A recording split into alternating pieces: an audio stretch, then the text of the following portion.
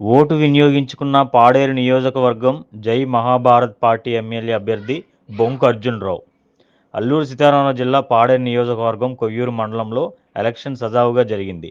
ఈ ఎలక్షన్ ప్రక్రియలో జై మహాభారత్ పార్టీ ఎమ్మెల్యే అభ్యర్థి బొంకు అర్జున్రావు లైన్లో నించొని ఓటు వేశారు.